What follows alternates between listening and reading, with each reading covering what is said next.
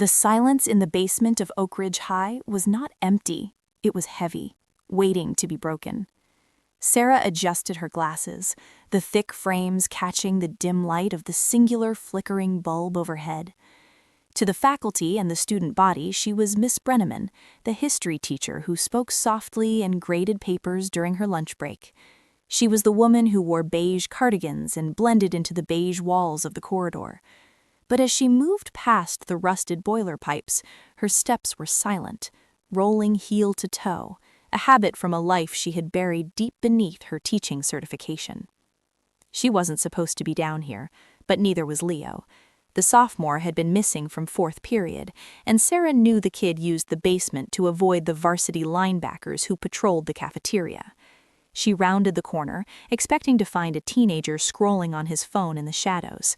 Instead, she found him frozen, staring at the back wall where the old archive shelves stood. "Leo," Sarah said, her voice low but projecting perfectly in the acoustic dead zone. Leo jumped, dropping his backpack.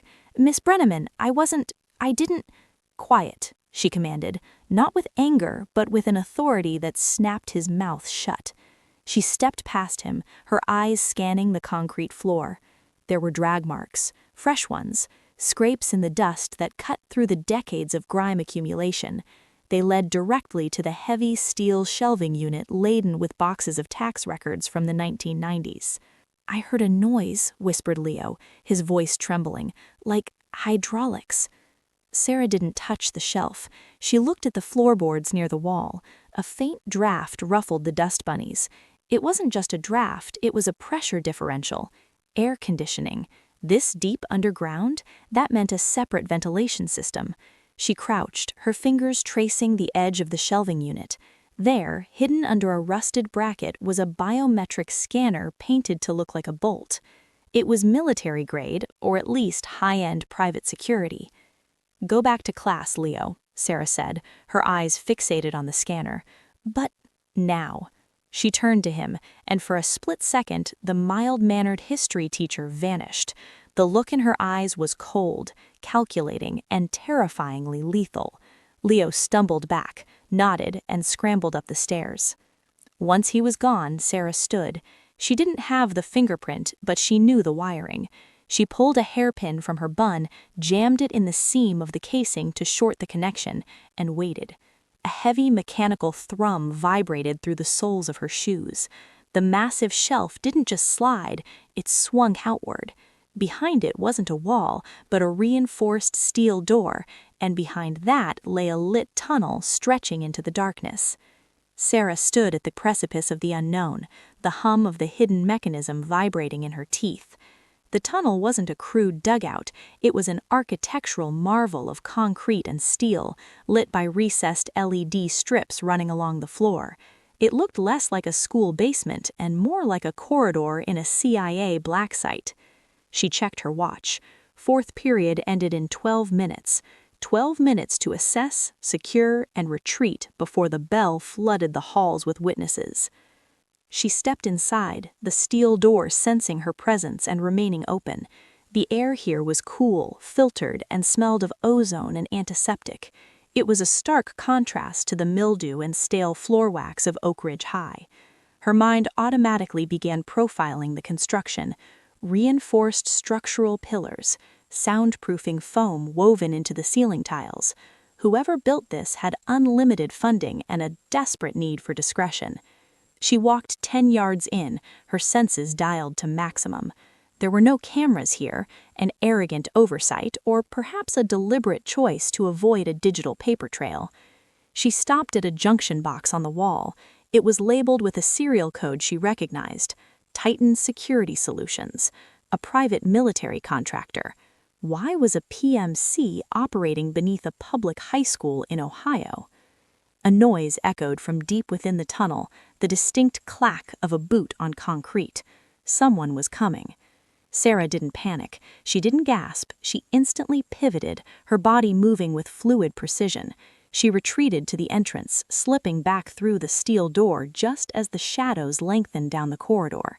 She manipulated the shorted wire on the exterior keypad, reversing the polarity. The heavy shelf groaned and swung back into place, sealing the secret away with a final, dusty thud. She was brushing a smudge of grease from her cardigan when the basement door at the top of the stairs creaked open. It was Principal Vance. He was a sweaty, nervous man who always looked like he was juggling invisible knives. "Miss Brenneman?" Vance called out, his voice cracking. "What are you doing down here?" Sarah adjusted her glasses, adopting the persona of the confused academic.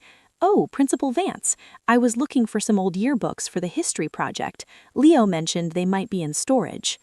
Vance descended the stairs. His eyes darted to the shelf she had just closed. He looked terrified.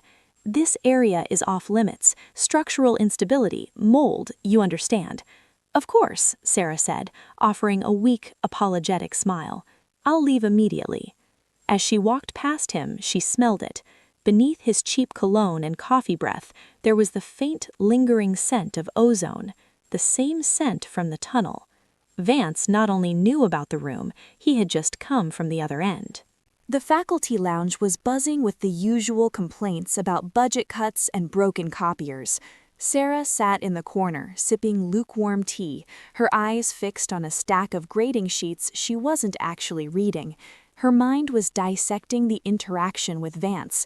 The principal was a weak link, a bureaucratic functionary with a gambling debt or a blackmail file, likely the latter. He didn't have the spine to run a black site, which meant he was the gatekeeper. "Heard you were exploring the dungeon," a voice drawled. Sarah looked up.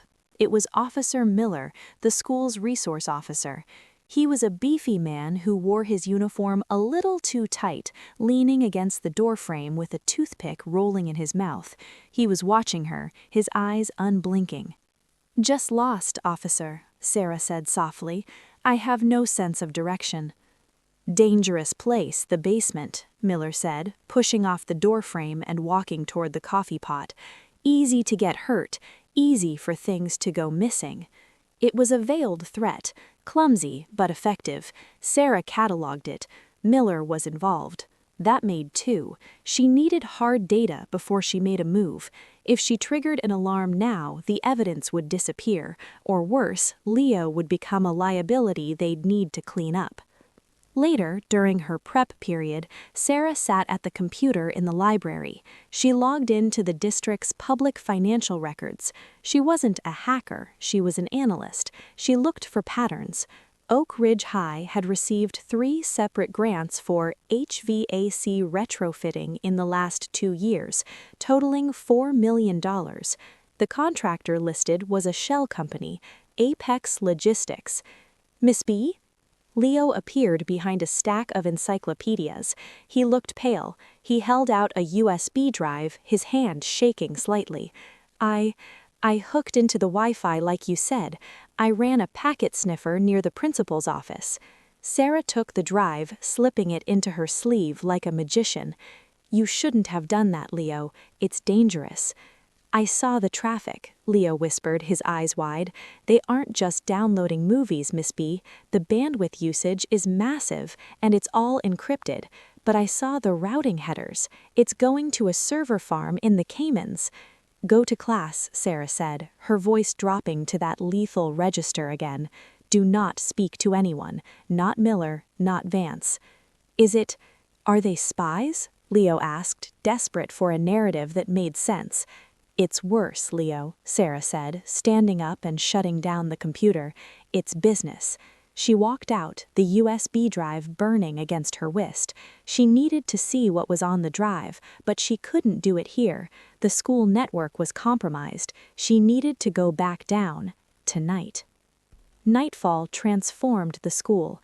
The hallways, usually a chaotic river of teenagers, became long skeletal ribs of a dormant beast.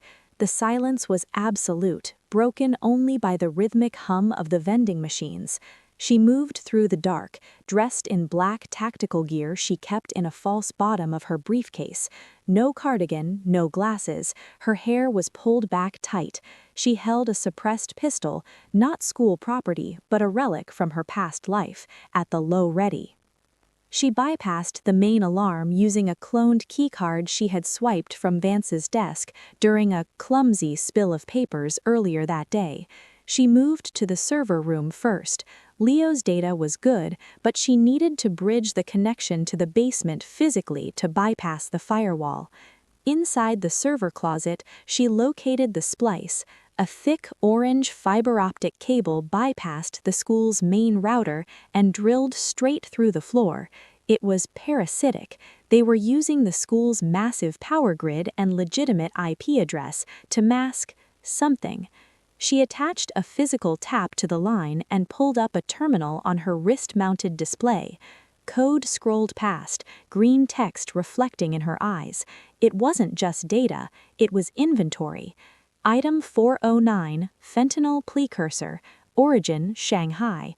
Item 512, Glock 19 autosear, origin Austria. Item 880, high-frequency radio jammer.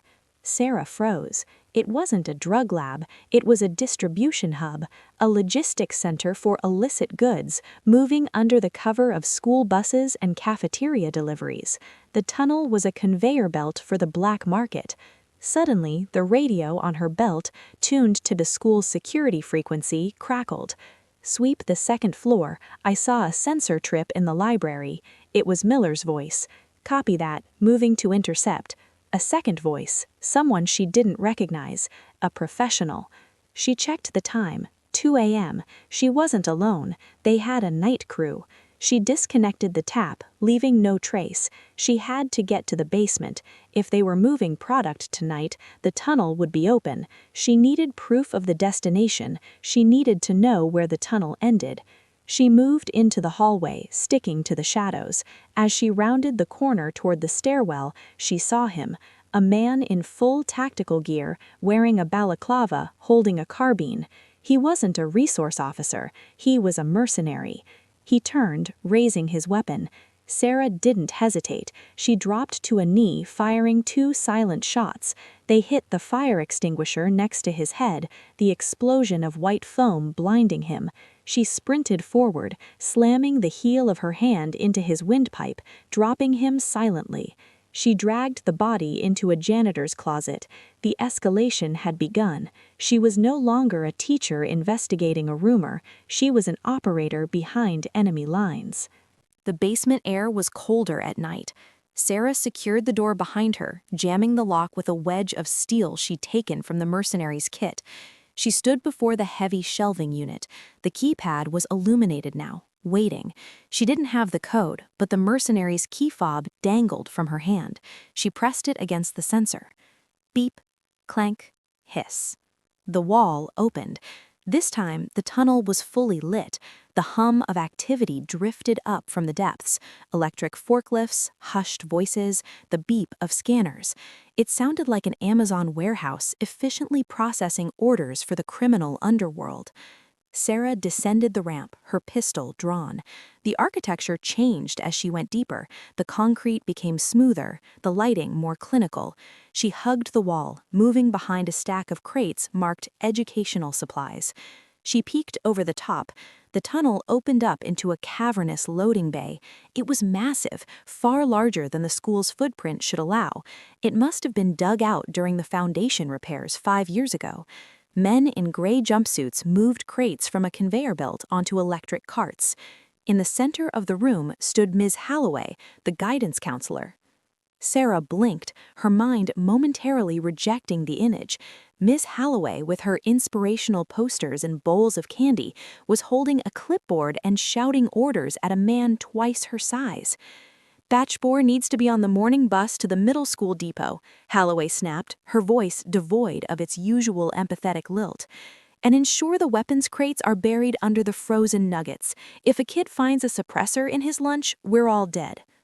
The smart student archetype, the corrupt principal, they were distractions. Halloway was the operations manager. She was the one who knew every student's schedule, every vulnerability, every bus route.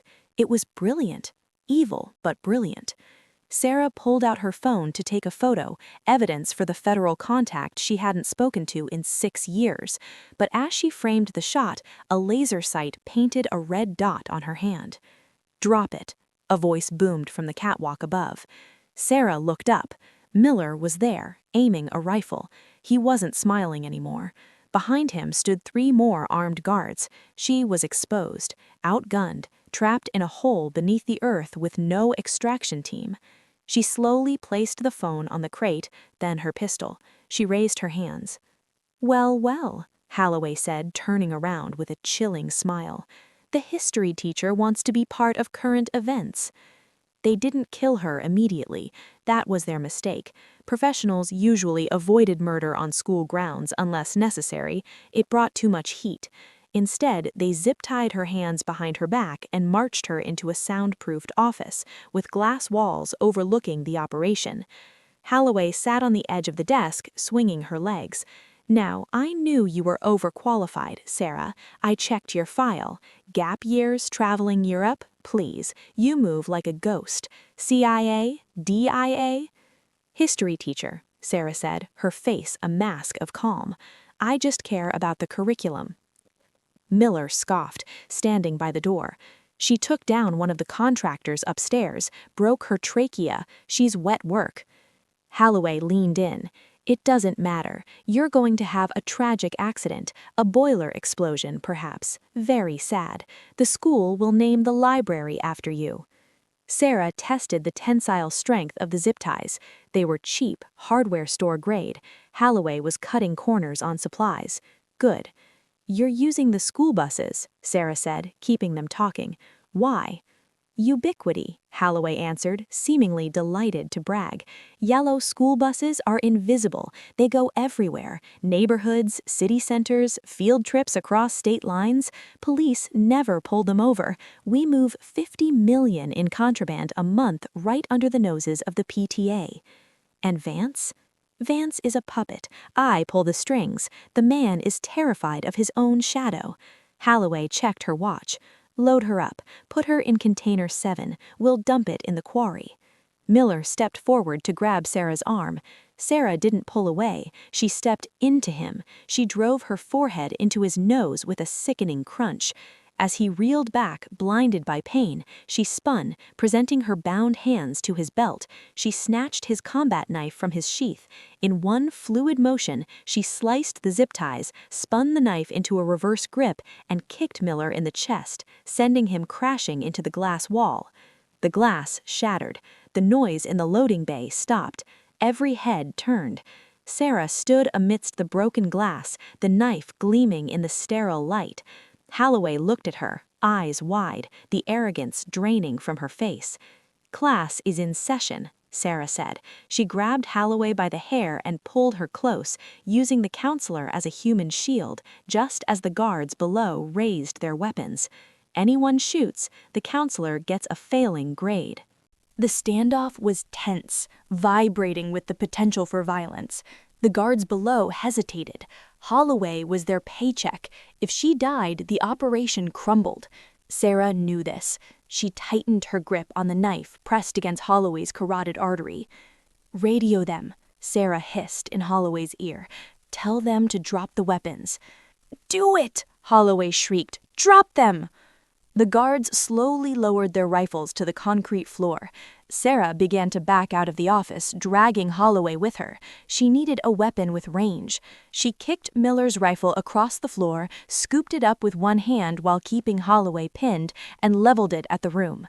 Everyone on the ground, face down, hands behind heads. The workers complied. They were logistics guys, not soldiers. They didn't want to die for a shipment of Glock parts. "We're going to the exit," Sarah commanded. "The tunnel exit. Where does it lead, Holloway?" Holloway was trembling now. It goes to the Civic Center." "Liar." Sarah pressed the barrel into Holloway's spine. "The map on the wall said Sector 4. That's not the Civic Center." "It's the police station," Holloway sobbed. "The evidence locker. We steal the seized drugs and weapons back, resell them, and the cops report it as destroyed in the incinerator." Sarah froze. The scope of the corruption was massive. It wasn't just the school, it was the local law enforcement. That meant she couldn't call 911. The people who would answer the phone were the ones waiting at the other end of the tunnel. Suddenly, the lights cut out. Emergency red strobes began to flash. "Miller," Holloway whispered. "He hit the silent alarm. The kill team is coming from the station side." From the far end of the tunnel, the end leading to the police station, heavy footsteps echoed. Armored men, SWAT gear. But they weren't here to arrest anyone. They were here to sanitize the site.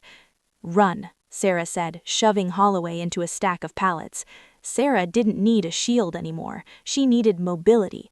She sprinted toward the conveyor belt system, vaulting over the rollers. Bullets sparked against the concrete around her. The police team had opened fire. Sarah dove behind a forklift, returning fire with controlled bursts.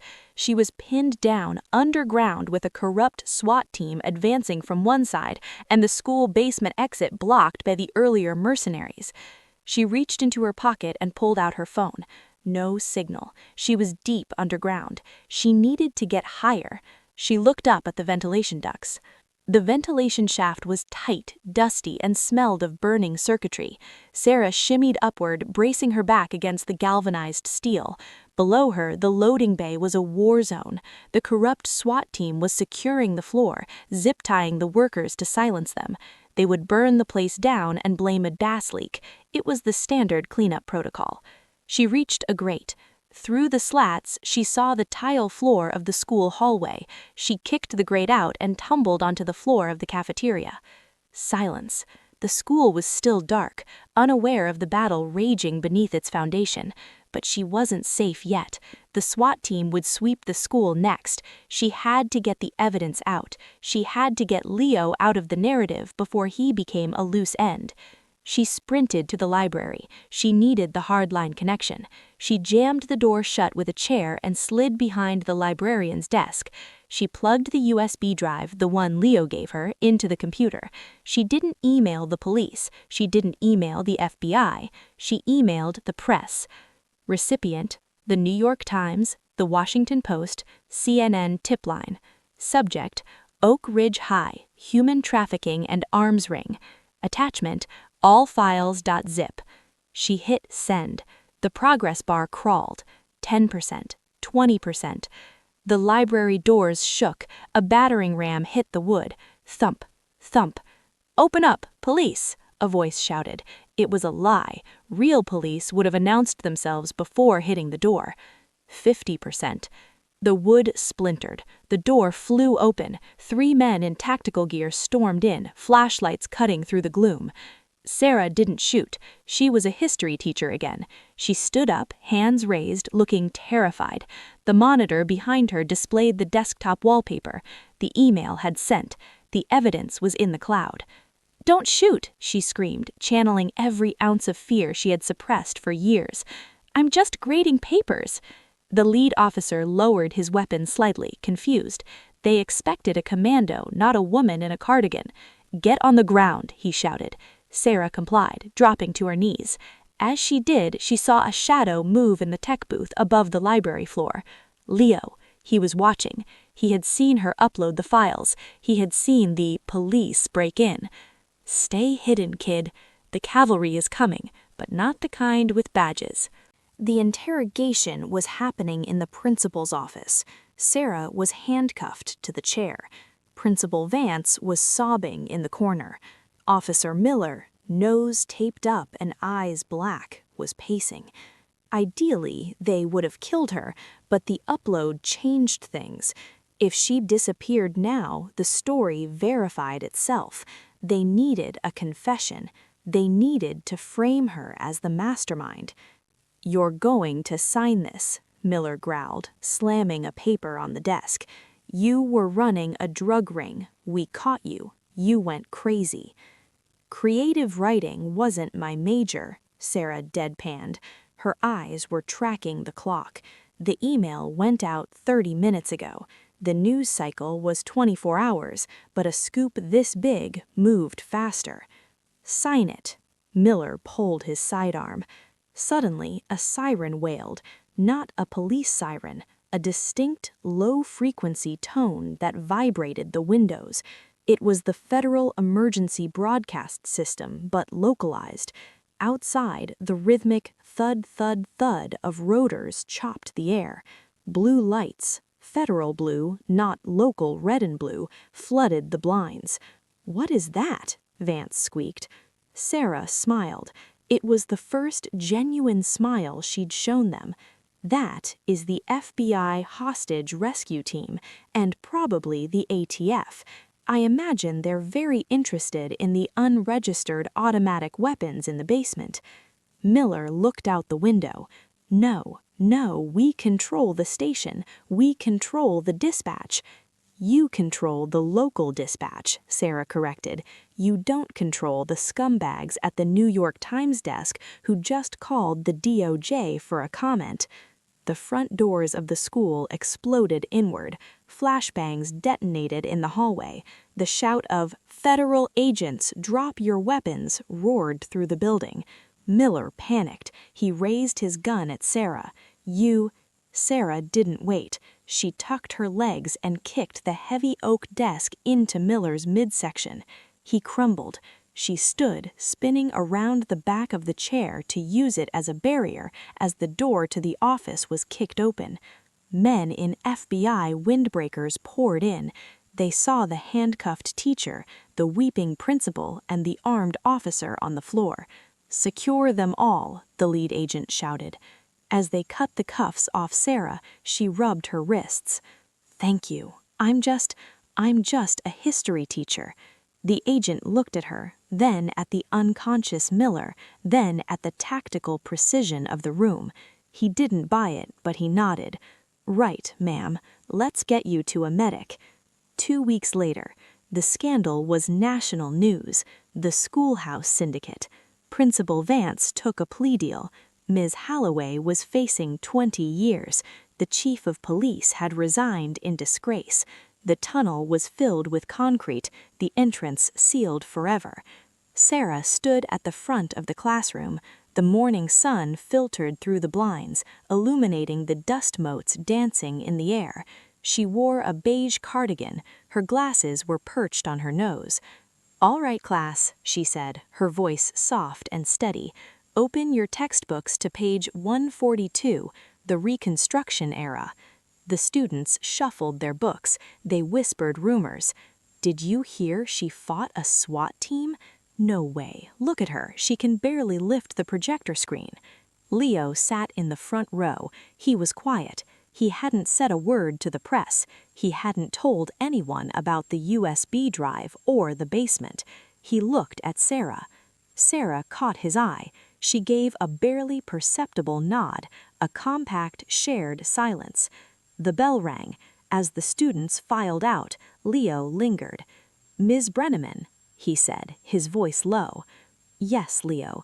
"The tunnel," he said, looking at his shoes. "It didn't just go to the police station." Sarah stopped stacking her papers. She looked up, her expression unreadable. "What do you mean?" "I looked at the schematics before I gave you the drive," Leo said. "The tunnel had a junction, a secondary path. It went deeper." Sarah froze. "It went under the police station and connected to the old Cold War fallout shelters, the ones the city council uses for emergency storage. But the power draw, it wasn't just servers, Ms. B. It was cryogenics." Sarah closed her book. The noise of the hallway seemed to fade away. Cryogenics. That wasn't drugs. That wasn't guns. That was biological. "Leo," Sarah said, walking around the desk. She placed a hand on his shoulder. "You have a vivid imagination. The tunnel is closed. The bad guys are in jail.